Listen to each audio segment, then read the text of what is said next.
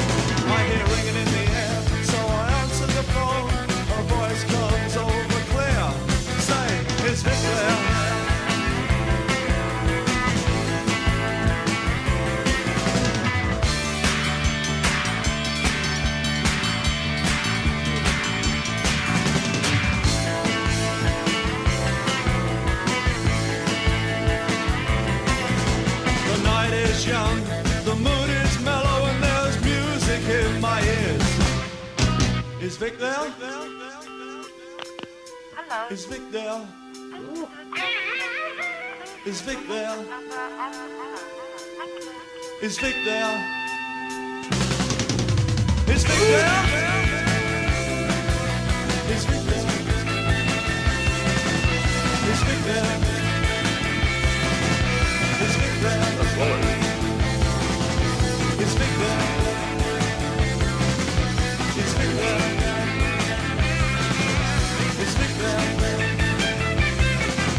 It's Vic there. It's Vic there. It's Vic there. It's Vic there. It's Vic there. It's Vic there.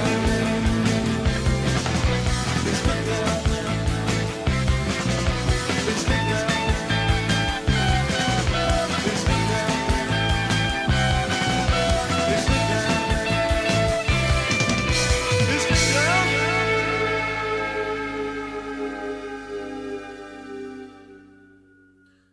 All right, so there it is, Department S and is Vic there. Now, so this was my first reaction, my first listen ever to Department S here, and what came to my head automatically was this has some kind of like rockabilly, some kind of goth. I mean, I know it's indie rock. It's classified as the genre being indie rock and post-punk. And yes, that fits as well. But like, yeah, some kind of even psychobilly, I might say. I mean, I think of a band like the Cramps. I mean, a little bit here with just the frantic sound. I mean, the frenetic guitar work here, the frantic drumming, the fast drumming there from Stuart. I want to say Misen is how you say his last name there. I apologize again with these names. But yeah, Stuart, I mean, pounding drums here. I mean, I loved how when the camera would go to him a few times there and he would kick the song back in after the little I wouldn't say interlude or whatever, but when he got really when Vaughn got really quiet and kept asking, is Vic there? And but then yeah, Stuart kicks it back in, you know, going all around his kit, and I just love that. And again, how pounding and how commanding he was. But yes, and like I said, the frenetic and again frantic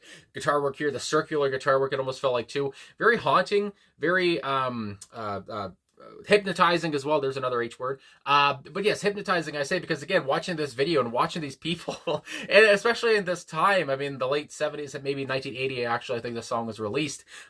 These people are just, I mean, it's a scene there. My God, the makeup and everything and the clothing, and it's all dark, and just they're dancing. I mean, again, they look like they're being hypnotized. They look like they're being taken over. In a way, it's just like they're dancing, but it doesn't really look like they can control themselves. Again, just that kind of dancing that they're doing. I mean, this reminds me of Halloween. Again, it's kind of a darker song, a darker tone.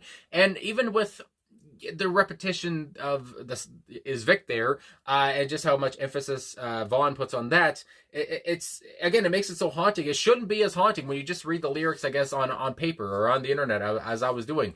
It doesn't seem as haunting as they make it. You know, the atmosphere they create here is just, I mean, it's something. I mean, my gosh, it's palpable, and I just love it. And it's just, again, it's so thick, and I just love that so much. And Vaughn, I mean, my God, Vaughn Toulouse here. Great looking guy, I gotta say. In a way, and this is not a slant against him, but his face does not match his voice, to me anyway. I didn't expect that. You know, when I heard the voice, I was like, "Ooh, that's a deep, deeper voice." And I talked about, again, with the Jam. I mean, Paul Weller's voice is very deep, and it does remind me in the same way of how kind of gruff Paul's voice is. Maybe Vaughn's isn't as gruff as that, but again, it's still pretty deep. And again, I just didn't imagine him to look as he did. Very pretty guy, I have to say. And yeah, I just really enjoyed that baritone that he had, and the anticipatory feeling he gave, especially again when he slowed it down. He's just, is Vic there? It's such a haunting question he turned it into. I mean, my God. And I do also want to say, because I did listen to it before I got into this, because I was like, well, why not?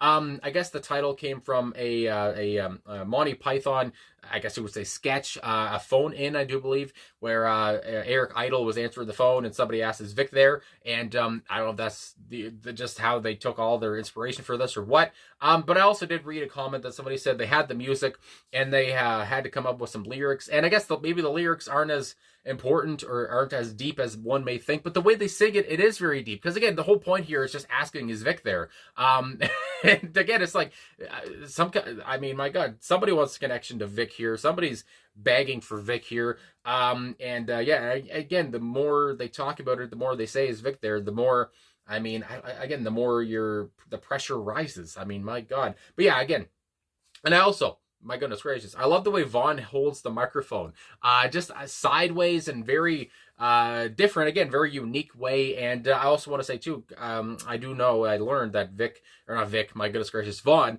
passed away from complications from AIDS in 1991, and he was 32 years old, and that made me think. I believe Ricky Wilson, who also died of complications from AIDS, was also 32 when he passed away in 1985. So 6 years earlier, and so yeah, that also came to mind because I love Ricky Wilson. But anyway. Yeah, I just loved it. Was a bop. I mean, my God, as the kids say, 3 minutes long. I love, again, the rockabilly feel. I got very gothic in a way too, and the indie rock feel, yes, and post-punk. It's all there. Dark as hell, haunting, and even though the lyrics don't say too much, and it's not really, there's a lot of repetition, like I said, but they just created so much atmosphere and just such a feeling. Yeah, it's nuts. But anyway, and the guitar work again really stole the show. Even though I love Stewart on the drums too, though. God damn. So anyway, I'm gonna look at these lyrics now. So here we go. So the night is young, the mood is mellow, and there's music in my ears. Say, is Vic there? So the way he sets the scene here. The night is young. It's almost like a poet. Good Lord. But the mood is mellow. Everything seems to be fine. It's a night thing here, and you would only imagine that the song would take place at night with just the sentiment that's going on. Yeah, there's music in my ears. Say, is Vic there? I hear ringing in the air. Again, I love the word choice here, the detail of the lyrics. I hear ringing in the air, and I don't know, I guess, of course, you do hear ringing in the air when the phone rings, so I answer the phone, a voice comes over clear, say, is Vic there? Again, everyone wants to know where Vic is, and the way they kept saying, is Vic there, it almost sounded like Nick, so I was, it's messing me up a little bit, is Nick there? And I mean, here I am, I hear ringing in the air, so I answer the phone, a voice comes over clear, say, is Vic there? And then they have the instrumental break there, which again, they just, did great stuff with, kept me interested the whole time. And then the first verse, once again, the night is young, the mood is mellow. And the way he delivers is so, not really, I guess, slowly in a way, but just the way he delivers it with so much, vigor, or just so much passion in his own way, because again, his deep voice just, I guess, gives it an extra oomph, as they say. And there's music in my ears, says Vic there. Again, there's not really much to go over, with these lyrics. It's the same thing over and over, asking where Vic is, and it just, all I know is, yes, it was from the Monty Python sketch, and these guys took that and they ran with it and made it sound so haunting, and made people wonder, where's Vic? Everyone wants to see where Vic is, and this person on the phone that maybe, I guess, Vaughn or the narrator is answering, they're asking, is Vic there again? I can't get away from wanting to know where Vic is. And then we have the bridge once again, or not once again, but the bridge. The night is young, the mood is mellow, and there's music in my ears. Say, is Vic there? It's the same shit. And then we have the outro. Is Vic there? Is Vic there? Is Vic there? And they made it also catchy, and they made it also such a earworm, as people say as well. I'd take a pause there. I don't know if you heard any of that, but my dog was coughing, making noises. She's an old girl. Either way, just overall with the song, with these lyrics, very minimalistic. Like I said, a lot of repetition. Love that kind of structure, though. Some people might get annoying to hear these words over and over, but the way they're sung almost differently every time, especially when you would say, is Vic there? Is Vic there? It's asking the question. And minimalistic, not complex at all, but the way they deliver them, that's the big point here. Just keeps you so invested. At least it kept me invested.